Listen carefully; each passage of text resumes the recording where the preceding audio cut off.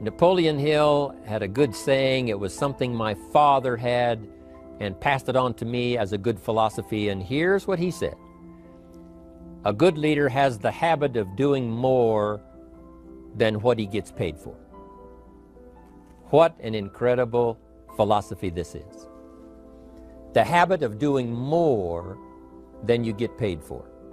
It's what we call the service that you put out like seeds in the ground that doesn't bring the harvest immediately, but the harvest is yet to come. It's called like putting out the capital in capitalism. Doing more than you get paid for means that you're getting ready for the next move up.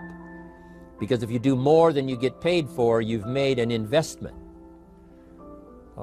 The average person might think if I do more than the company requires, then they're ripping me off. I'm not getting paid for that extra time, that extra attention. But you must not view it that way.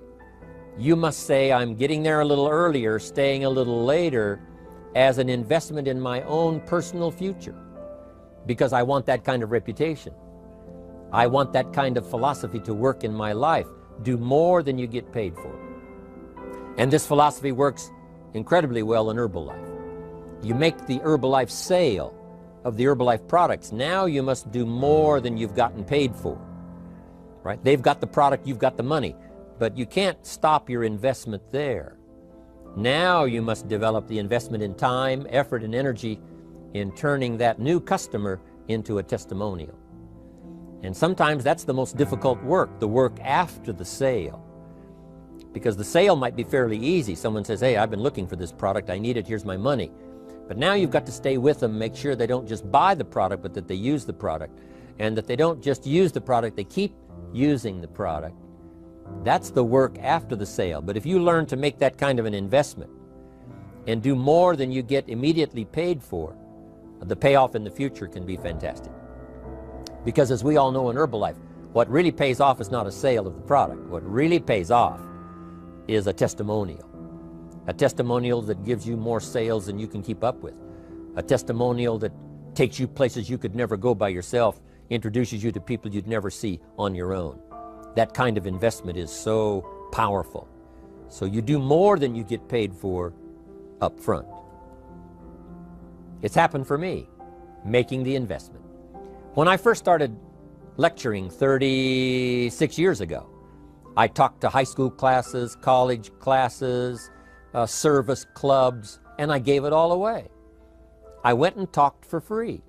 Someone said, Mr. Rohn, would you come and do this breakfast talk? I said, sure. Could you do this luncheon talk for this service club? I said, of course. And all of that in the beginning was for free. Primarily because I'd made my fortune, I didn't need the money, but I did it for free, but look what it's made for me by giving that kind of service in those early days. And finally it led to business and led to an enterprise. And I was giving the seminar all those years ago here in Los Angeles, and Mark Hughes was in my audience. So what you don't get paid for, don't worry about that. Just render the service with the vision of the future that it'll come back multiplied if you have this kind of habit, this kind of philosophy. Next, Napoleon Hill talks about personality. You need a pleasing personality. There's many parts to your personality. One is your working personality. The kind of behavior, the kind of attitude that you need, especially in the public. Some things you can kind of get by with, being a little careless, maybe in private, but in public, where it counts so much in your paycheck, it counts so much in building your business for the future, your own personality. But here's what you also must remember. You develop your personality in private so that it serves you well in the public. Sometimes we get the mistaken idea, I can be careless with just these few and be more careful when I have 1,000. But see, that doesn't work that way. Careless with a few, sure enough, that will creep into your presentation for 1,000 people. Here's the best practice, and the Herbalife opportunity in our marketing systems gives you the best chance to do that. The influence you have one-on-one, that's what really counts. You say, well, I'm only talking to 2 people, it doesn't matter much. That's when it really matters. Because if you'll practice well there, using your personality, using your influence, to get someone's attention, to get them to listen, to get them to participate. The kind of personality that someone says, I'd like to be around this person. They're unusual. They're not like the average person I meet on my everyday experience. That kind of personality. But you've got to practice it behind the scenes. You've got to practice it one-on-one.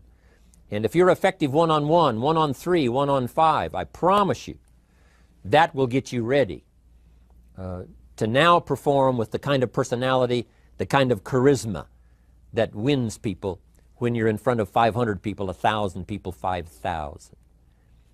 So this is a good point, working on your personality. Here's the best gift you can give someone, and that's the gift of attention. Attention is so powerful.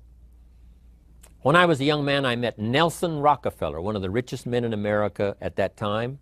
He's gone now, but he was a unique individual, ran for vice president of the United States. And I had a chance to be where he was holding a press conference, and I got close enough so that when he walked out, I had a chance to step up, right, when security was not all that severe in those days, and I had a chance to put out my hand, shake his hand, and say, Mr. Rockefeller, my name is Jim Rohn. And what I remember most was the attention he gave me. With the lights of the cameras around and everybody all around, he looked right at me and said, Jim Rohn, where are you from? I said, Idaho. He said, I really like Idaho. It's one of my favorite states in all of the country. And for just a few seconds, he gave me his attention, shook my hand. I'll never forget the handshake, right? One of those multi-million-dollar handshakes. But I'll never forget that personal attention he gave me, just for a few seconds. It was powerful. Made an impression on me that's lasted until this day. That's why I remember to tell the story. So, same thing you can learn to do. Utilize your personality, utilize your influence, give people the gift of attention. Here's the rest of my list now as we finish up. Next, Napoleon Hill said a leader needs sympathy and understanding. We have to develop that early in our lives. All of our lives, we have to look at those that are less fortunate than we are. Those who need a helping hand, and especially now we learn to look at those who need an opportunity, those who need a change in their health, those who need a change in their life and in their lifestyle. It's this kind of sympathy and understanding that drove Mark Hughes to construct the company. It took that kind of understanding, that kind of sympathy, that kind of deep emotional feeling. Then Mark understood what it meant to be poor. He understood what it meant not to have. He understood what it meant to be short on finances, on resources. He understood what it meant to lack, a full formal education. He knew all of those lacks. And instead of crying about it, he said, what I will do is change it for myself, and then I'll help other people that have the same challenge. Lack of education, lack of the money, lack of the resources, lack of good health, faced with all kinds of difficulties they can't solve. I'll get mine solved, and then I'll be strong enough and have the skills to where I can help other people. That kind of leadership quality is so powerful. That kind of understanding. Here's the next one. A leader must have, Napoleon said, a mastery of the details. How very true. All can be lost with just a couple of missing details. On the trip to the moon, everything has to work, right? There's several thousand moving parts. There's several thousand pieces to the project of getting to the moon and coming back, and all of them have to work. You can't have 10% of them working, 90% or 80%. They've all got to work. And then there's the backup systems for something if something goes wrong to back it up. That kind of mastery of detail is so vitally important. But here's what else to remember as far as Herbalife is concerned. The drama is in the details. Someone says, I lost 30 pounds. Well, 30 pounds is 30 pounds, but that's not the drama. The drama is, where were you before you found Herbalife? How did you feel? What kind of circumstances? Now someone begins to give us some of the details. And then after they've lost the weight, now how they feel. Now their self-confidence has been restored. Now they feel better about themselves. The drama is in the details. But this is also important in the details of your day. the details of your business, the details of good communication. Master the details. Good advice, Napoleon Hill. Now here's the next three. Willingness to assume full responsibility. All of us have been taught that, especially these Herbalife years, to take full 100% responsibility. Mark Hughes says, what happened to me might not have been my responsibility, but what I do about it is my full responsibility. I've had some things, some people did me wrong. In his first couple of business experiences, he was done wrong. Some people ran off with the money. He was left holding the bag. But he said, that's what happened. And I was not responsible for what happened. But I am responsible for saying to myself, now, what am I going to do about what's happened? If a hailstorm destroys the farmer's crop, he wasn't responsible for that. But his responsibility now begins when the hailstorm is over, when he asks the question of himself, what should I do now? Now that this catastrophe is over, now that the damage is done, now what should I do about it? And a philosophy I've taught all these years, it's not what happens to you that determines your future. It's what you do about what happens that determines your future. And this is a major part of it, accepting full responsibility. If you've got an organization, you're conducting meetings, and you're the leader, the responsibility ends with you. Someone else may mess up, make some mistakes, still your responsibility. Some things over which you have no control, understandable. But what you do about it now, how you fix it, the diplomacy you use, the strategy you use, that's the kind of responsibility now that depends on you. Also, you've got to be responsible for your future. Nobody's going to fix it. No one else is going to design it. No one else is going to come along and say, hey, I will make sure it all works well for you. You've got to take all the input, you've got to take all the testimonials, all the teaching, all the training, all the influence, then you've got to have the responsibility of designing your life. You can design a life of prosperity, or you can design a life just to coast and get by. The responsibility belongs to you. Now here's the last two. Next is cooperation. One of the great things we learn in Herbalife is how to cooperate so that we take advantage of each other's ideas, we take advantage of each other's input, we take advantage of each other's enthusiasm, we take advantage of each other's testimonial, and we take advantage of each other's willingness to grow. That kind of cooperation has built Herbalife. In those early days, Mark got the group together. Jerry Shatanovich, Doug Stuntz, the rest, and made some plans to cooperate. Said, no telling what kind of powerful meetings we can have if we work together. No telling how many people we can affect, even right away, if we work together. You do this part, you do this part, I'll do this part, we'll make it work together, and we'll get the ball rolling. There's an ancient phrase that says, if two or three agree, nothing is impossible. If they agree on the same project, if they agree on the same vision, if they agree on how to get there, I'm telling you, nothing is impossible. Nothing can stand in their way. Just two or three. What's exciting about Herbalife is now we have more than two or three. The president's team now is well populated. Even the chairman's club is growing. The millionaire team is awesome in its numbers as well as in its power. And the cooperation between all of us on the tabulator teams, as distributors, home office, support staff, 15th floor, wherever we come from. If we cooperate, there's nothing we can't do. There isn't anyone we can't touch.